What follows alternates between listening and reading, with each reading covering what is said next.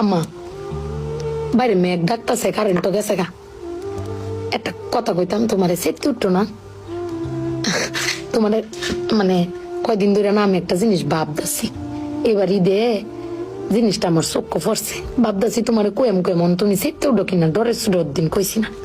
শোনো, তুমি ব্যাগবালা ছিলাও না, আব্বার লগে গড় ছিলাও না যে তোমার কেউ নাই, তোমার কেউ কিস্তা দেয় না, এই সংসার আইয়া তোমার জীবন ডক্করে বৃত হয়েছে গা, কিস্তা পাইছো না জীবনে।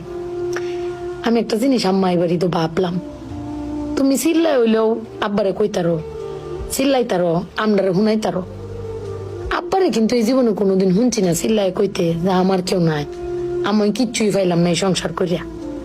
প্রত্যেক মাসে আব্বাই কিন্তু সবকিছু করে যা, আব্বাই কিন্তু সবকিছু করে। এবার ঈদও দেহ আব্বা আমারও সালামি দিছে, বুবাইরেও সালামি দিছে, ভাইজানেরও সালামি দিছে, তোমারও কিন্তু সালামি দিছে কম আর বেশি।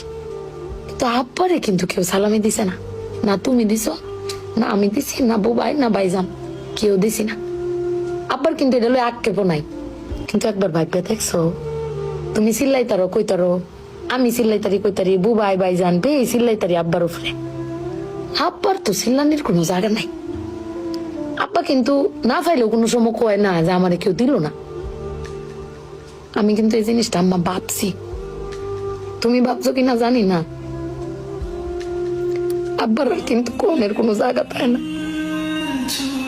তুমি আমার বক্তারো, বাইরে বক্তারো, বাইরে বক্তারো, কিন্তু আব্বা তো আমরা বকেও না, কিচ্ছু না পাইলেও কেউ কয়ও না।